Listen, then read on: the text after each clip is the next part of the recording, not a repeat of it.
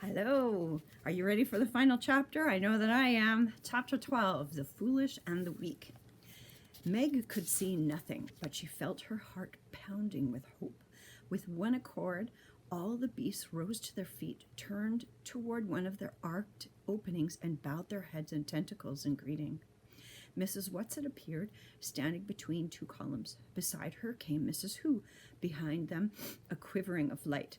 The three of them were somehow not quite the same as they had been when Meg had first seen them.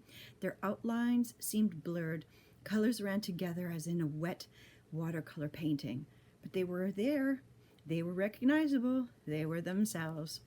Meg pulled herself away from Aunt Beast, jumped to the floor, and rushed at Mrs. Whatsit. But Mrs. Whatsit held up a warning hand, and Meg realized that she was not completely materialized, that she was light and not substance, and embracing her now would have been like trying to hug a sunbeam. We had to hurry, so there wasn't quite time. You wanted us? Mrs. Whatsit asked. The tallest of the beasts bowed again and took a step away from the table and toward Mrs. Whatsit. It is a question of the little boy. Father left him, Meg cried. He left him on Camazotz. Appallingly, Mrs. Whatsit's voice was cold. And what do you expect us to do? Meg pressed her knuckles against her teeth so that her braces cut her skin. Then she flung out her arms pleadingly. But it's Charles Wallace. It has him, Mrs. Whatsit. Save him. Please, save him. You know that we can do nothing on Camazotz, Mrs. Whatsit said, her voice still cold. You mean you'll let Charles be caught by it forever? Meg's voice rose shrilly. Did I say that? But we can't do anything. You know we can't. We tried. Mrs. Whatsit, you have to save him. Meg, this is not our way, Mrs. Whatsit said sadly. I thought you would know that this is not our way. Mr. Murray took a step forward and bowed, and to Meg's amazement, the three ladies bowed back to him. I don't believe we've been introduced, Mrs. Whatsit said. It's Father. You know it's Father. Meg's angry impatience grew. Father, Mrs. Whatsit, Mrs. Who, and Mrs. Witch. I'm very glad to, Mr. Murray mumbled, then went on. I'm sorry, my glasses are broken and I can't see you very well. It's not necessary to see us, Mrs. Whatsit said. If you could teach me enough more about the Tesseract so that I could get back to Camazotz. What then? Called Mrs. Witch's surprising voice. I will try to take my child away from it. And you know that you will not succeed? There's nothing left except to try. Mrs. Whatsit spoke gently. I'm sorry. We cannot allow you to go. Then let me, Calvin suggested. I almost got him away before. Mrs. Whatsit shook her head. No, Calvin. Charles has gone even deeper into it. You will not be permitted to throw yourself in with him. For that, you must realize, is what would happen. There was a long silence. All the soft rays filtering into the great hall seemed to concentrate on Mrs. Whatsit, Mrs. Who, and the faint light that must be Mrs. Witch. No one spoke. One of the beasts moved a tendril slowly back and forth across the stone tabletop. At last Meg could stand it no longer, and she cried out despairingly, Then what are we going to do? Are you just going to throw Charles away? Mrs. Witch's voice rolled formidably across the hall. Silence, child! But Meg could not be silent. She pressed closely against Aunt Beast, but Aunt Beast did not put the protecting tentacles around her. I can't go, Meg cried. I can't. You know I can't. Did anyone ask you to? The grim voice made Meg's skin prickle into goose flesh. She burst into tears. She started beating at Aunt Beast like a small child having a tantrum. Her tears rained down her face and spattered Aunt Beast's fur. Aunt Beast stood quietly against the assault. All right, I'll go, Meg sobbed. I know you want me to go. We want nothing from you that you do without grace, Mrs. Whatsit said, or that you do without understanding. Meg's tears stopped as abruptly as they had started. But I do understand. She felt tired and unexpectedly peaceful. Now the coldness that under Aunt Beast's ministrations had left her body had also left her mind. She looked toward her father, and her confused anger was gone, and she felt only love and pride. She smiled at him, asked forgiveness, and then pressed up against Aunt Beast. This time Aunt Beast's arm went around her. Mrs. Witch's voice was grave. What do you understand? That it has to be me. It can't be anyone else. I don't understand Charles, but he understands me. I'm the one who's closest to him. Father's been away for so long, since Charles Wallace was a baby. They don't know each other, and Calvin's only known Charles for such a little time. If it had been longer, then he would have been the one. But I understand. It has to be me. There isn't anyone else. Mr. Murray, who had been sitting, his elbows on his knees, his chin on his fist, rose. I will not allow it. Why? Mrs. Witch demanded. Look, I don't know what or who you are, and at this point I don't care. I will not allow my daughter to go alone into this danger. Why?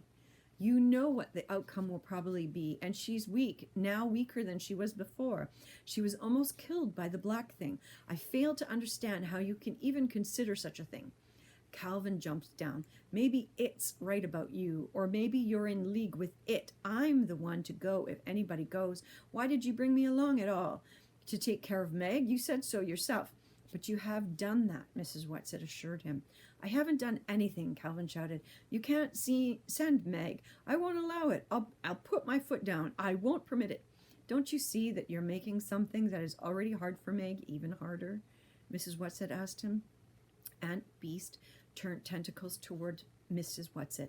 Is she strong enough to test her again? You know what she has been through. If Witch takes her, she can manage, Mrs. Whatsit said. If it will help, I could go too and hold her. Aunt Beast's arm around Meg tightened. Oh, Aunt Beast, Meg started, but Mrs. Whatsit cut her off. No, I was afraid not, Aunt Beast said humbly. I just wanted you to know that I would. Mrs. Whatsit? Mr. Burry frowned and pushed his hair back from his face. Then he shoved with his middle finger at his nose as though he was trying to get spectacles closer to his eyes. Are you remembering that she is only a child? And she's backward, Calvin bellowed. I resent that, Meg said hotly, hoping that indignation would control her trembling. I'm better than you at math, and you know it. Do you have the courage to go alone? Mrs. Whatsit asked her. Meg's voice was flat. No, but it doesn't matter.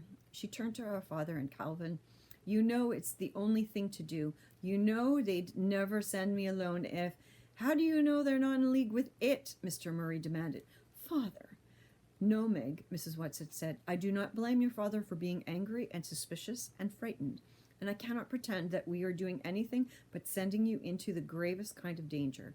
I have to acknowledge quite openly that it may be a fatal danger.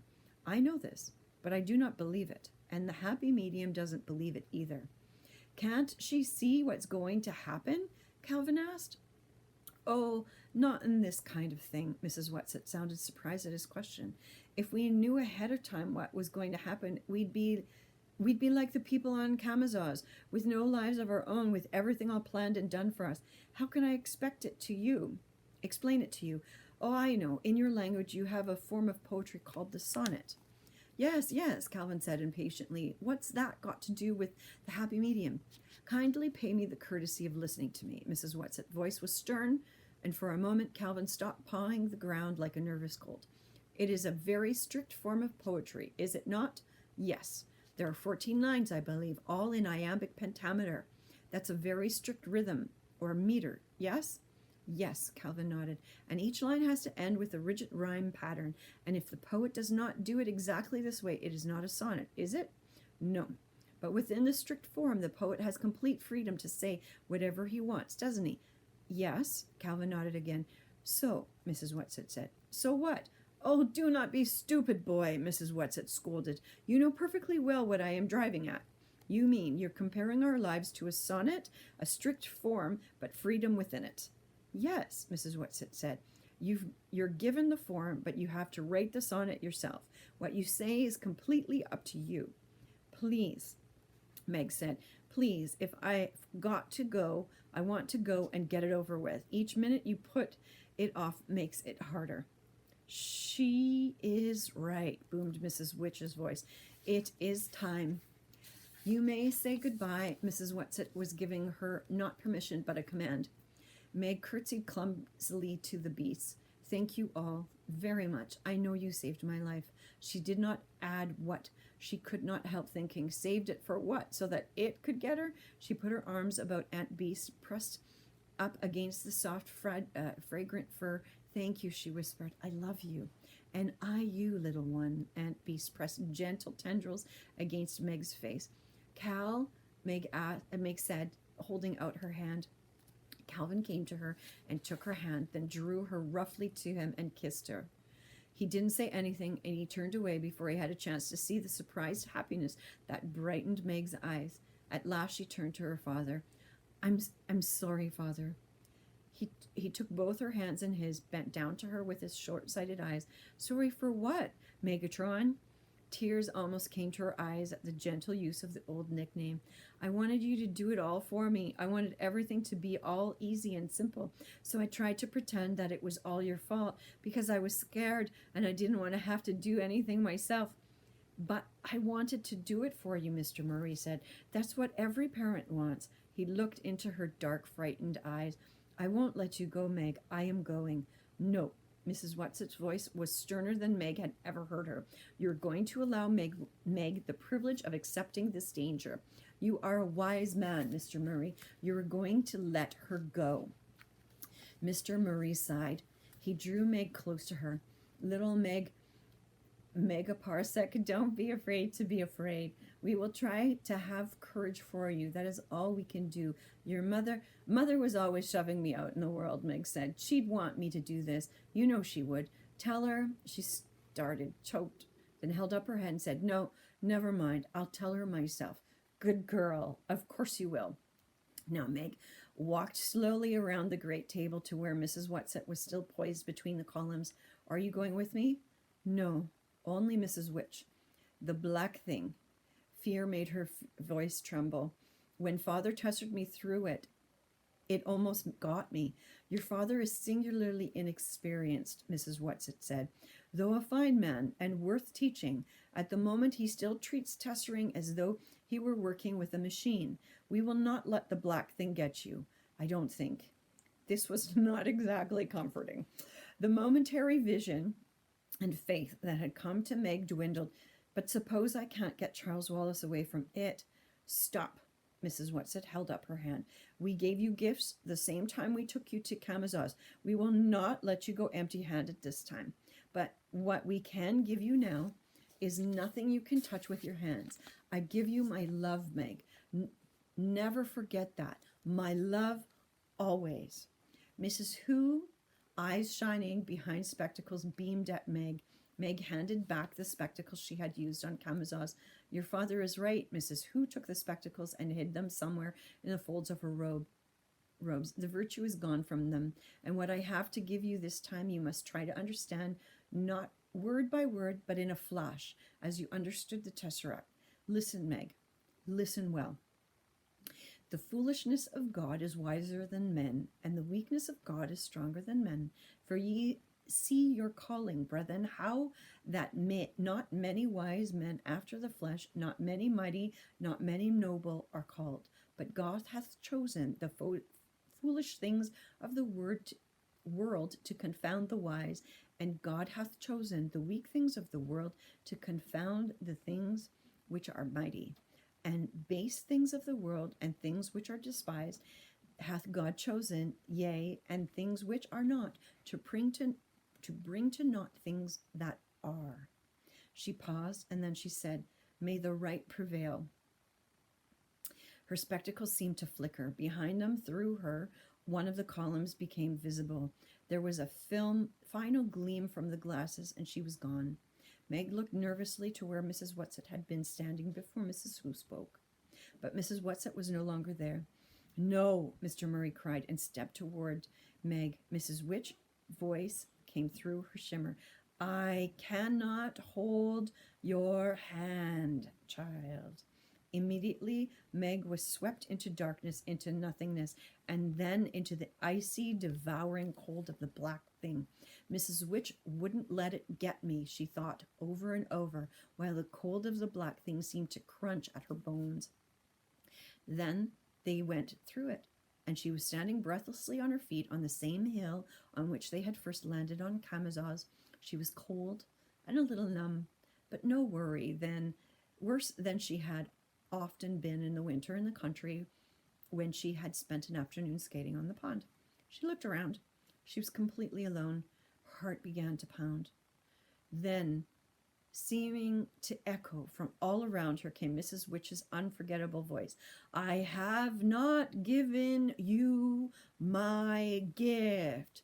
You have something that it has not.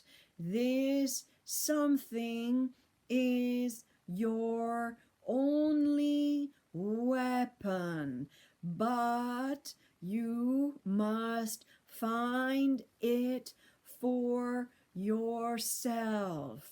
Then the voice ceased, and Meg knew she was alone. She walked slowly down the hill, her heart thumping painfully against her ribs. There below her was the same row of identical houses they had seen before, and beyond these the linear buildings of the city. She walked along the quiet street. It was dark, and the street was deserted. No children played ball or skipped rope. No mother figures at the door. No father figures returning from work. In the same window of each house was a light, and as Meg walked down the street, all the lights were extinguished simultaneously. Was it because of her presence, or was it simply that it was time for lights out? She felt numb, beyond rage or disappointment or even fear. She put one foot ahead of the other with precise regularity, not allowing her pace to lag. She was not thinking. She was not planning. She was simply walking slowly but steadily toward the city and the doomed building where it lay. Now she approached the outlying buildings of the city. In each of them was a vertical line of light, but it was a dim, eerie light, not the warm light of stairways in cities at home. And there were no isolated, brightly lit windows where someone was working late or an office was being cleaned. Out of every building came one man, perhaps a watchman, and each man started walking the width of the building. They appeared not to see her. At any rate, they paid no attention to her whatsoever, and she went on past them. What have I got that it hasn't got, she thought. Suddenly, what have I possibly got? Now she was walking by the tallest of the business buildings, more dim vertical lines of light. The walls glowed slightly to give a faint illumination to the streets. Central Intelligence was ahead of her. Was the man with red eyes still sitting there, or was he allowed to go to bed? But this was not where she must go, though the man with red eyes seemed the kind old gentleman he claimed to be when compared with it. But he was no longer of any consequence in the search for Charles Wallace. She must go directly to it. It isn't used to being resisted. Father said how he managed and how Calvin and I managed as long as we did. Father saved me then. There's nobody here to save me now. I have to do it myself. I have to resist it by myself. Is that what I have that it hasn't got? No, I'm sure it can resist. It just isn't used to having other people resist. Central Intelligence blocked with its huge rectangle the end of the square. She turned to walk around it, and almost imperceptibly her steps slowed. It was not far to the great dome which housed it. I'm going to Charles Wallace. That's what's important. That's what I think I have to think of. I wish I could feel numb again the way I did at first. Suppose it has him somewhere else. Suppose he isn't there. I have to go there first. Anyhow, that's the only way I can find out. Her steps got slower and slower as she passed the great bronze doors, the huge slab of the Central Intelligence building, as she finally saw ahead of her the strange light pulsing dome of it.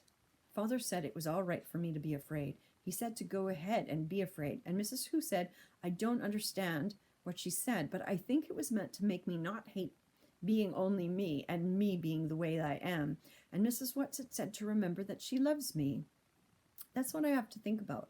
Not about being afraid or not as smart as it. Mrs. Whatsit loves me.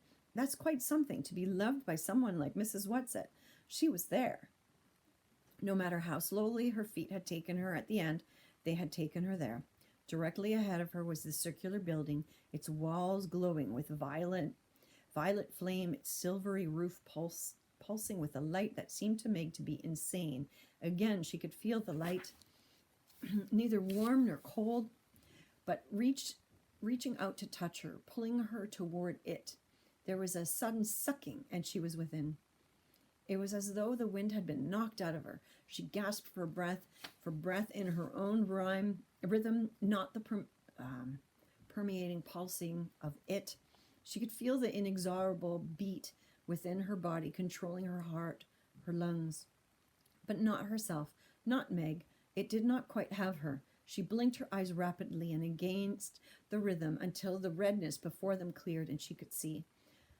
There was the brain, there was it, lying, pulsing and quivering on the days, soft and exposed and nauseating. Charles Wallace was crouched beside it, his eyes still slowly twirling, his jaw still slack. She had seen him before, with a tick in his forehead, reiterating the revolting rhythm of it. As she saw him, it was again as though she had been punched in the stomach, for she had to realize afresh that she was seeing Charles, and yet it was not Charles at all. Where was Charles Wallace, her own beloved Charles Wallace? What is it I have got that it hasn't got? You have nothing that it hasn't got, Charles Wallace said coldly. How nice to have you back, dear sister. We have been waiting for you. We knew that Mrs. Whatsit would send you. She is our friend, you know. For an appalling moment, Meg believed, and in that moment she felt her brain being gathered up into it. No, she screamed at the top of her lungs. No, you lie. For a moment she was free from its clutches again.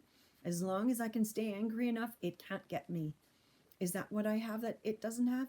Nonsense, Charles Wallace said. You have nothing that it doesn't have. You're lying, she replied, and she felt only anger towards this boy who was not Charles Wallace at all. No, it was not anger. It was a loathing. It was hatred, sheer and unadulterated. And as she became lost in hatred, she also began to be lost in it. The red miasma swam before her eyes. Her stomach churned in its rhythm. Her body trembled with the strength of her hatred and the strength of it. With the last vestige of consciousness, she jerked her mind and body. Hate was nothing that it didn't have. It knew all about hate. You were lying about that, and you were lying about Mrs. Whatsit, she screamed. Mrs. Whatsit hates you, Charles Wallace said. And that was where it made its fatal mistake. For as Meg said automatically, Mrs. Whatsit loves me. That's what she told me, that she loves me. Suddenly she knew. She knew. Love. That was what she had that it did not have. She had Mrs. Whatsit love, and her father's, and her mother's, and the real Charles Wallace's love, and the twins and Aunt Beast, and she had her love for them, but she could not use it. What was she meant to do? If she could give love to it, perhaps it would shrivel up and die, for she was sure that it could not withstand love. But she, in all her weakness and foolishness and baseness and nothingness, was incapable of loving it. Perhaps it was not too much to ask of her, but she could not do it. But she could love Charles Wallace. She could stand there and she could love Charles Wallace. Her own Charles Wallace, the real Charles Wallace, the child for whom she had come back to Camazotz, to it, the baby who was so much more than she was and who was yet so utterly vulnerable. She could love Charles Wallace.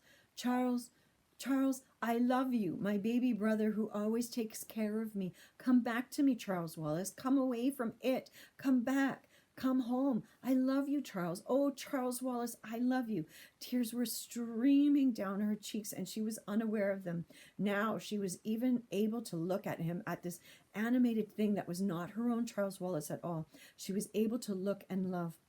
I love you, Charles Wallace. You are my darling and my dear and the light of my light and the treasure of my heart. I love you. I love you. I love you. Slowly his mouth closed. Slowly His eyes stopped their twirling. The tick in the forehead ceased its revolting twitch. Slowly, he advanced towards her.